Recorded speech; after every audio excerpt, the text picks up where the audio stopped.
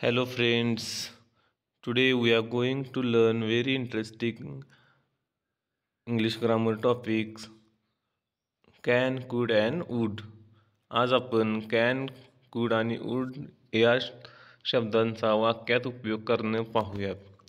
Can म्हणजेच simple present tense असतो, शकतो. कॅनचा मराठी भाषांतर शकतो. असं असेल तर त्या वाक्यात आपणास टू बी एबल टू ही फ्रेज वापरावी लागते. आता टू बीचं रूप माहिती आहेत आपणास 7 रूप आहेत. Am is are, was, were आणि शॅल विल.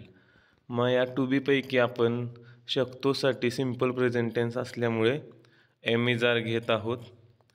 म्हणजे टू बी म्हणजेच एम इज आर पैकी एक आणि एबल टू म्हणजे सक्षम आहे असं आपण याचा अर्थ घेऊ शकतो. शकतो म्हणजेच कॅन म्हणजेच सक्षम आहे, समर्थ आहे.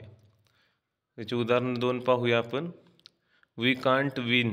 आता इथं आपण नकारार्थी वाक्य घेतले. पण कांट म्हणजेच we are not able to win. म्हणूनच नॉट एबल एकत्र करून इथं आपण we are unable to win घेतलेलं आहे. त्यानंतर वी कॅन विन. कॅन च्याऐवजी टू बी एबल टू म्हणजे टू बीमध्ये आर घेतला, वीसाठी आर येतं म्हणून एबल टू विन. त्यानंतर कुड म्हणजे कॅनचा भूतकाळ. तिथं शकतो तर इकडं शकले. टू बी म्हणजे तिथं वॉज, वेअर, मग एबल टू सक्षम होते, समर्थ होते. दे कुड विन ते जिंकण्यास समर्थ होते, ते जिंकण्यास सक्षम होते, ते जिंकू शकत होते. They were able to win म्हणजे ते जिंकण्यास सक्षम होते आणि दे कुड विन ते जिंकू शकले असते.